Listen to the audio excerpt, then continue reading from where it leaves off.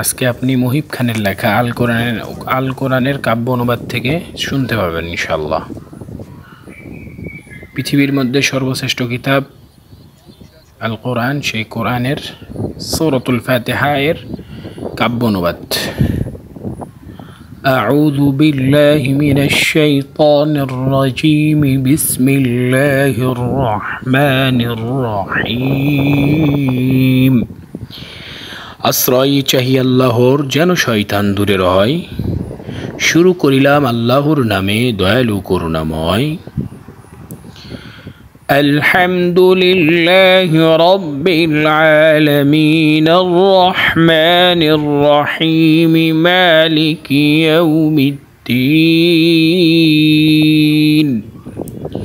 প্রশংসা সবই আল্লাহর, যিনি সারা জাহানের রব, দয়ালু মহানুভব, আর যিনি বিচার দিনের সব। ইয়াকা না'বুদু ওয়া ইয়াকা নাস্তাঈন।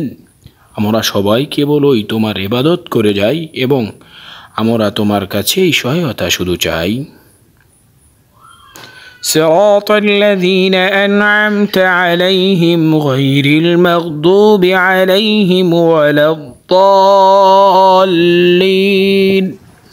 তুমি আমাদের দেখাও তোমার সরল সঠিক পথ, তাদের সে পথ যাদেরকে দান করিয়াছ নিয়ামত। যাদের ওপর রুষ্ট হয়েছ তাদের সে পথ নয়, এবং তোমার সৎ পথ হতে বিচ্যুত যারা হয়। প্রিয় বন্ধু, ইসলামিক ভিডিও দেখি, ইসলামিক ভিডিও শেয়ার করি, লাইক কমেন্ট করতে কিন্তু ভুল করা যাবে না। আল্লাহ হাফেজ। দোয়া রইল আপনাদের জন্য, আল্লাহ তাআলা যেন আপনাদেরকে সুস্থতার সাথে আমলের জিন্দেগি দান করেন।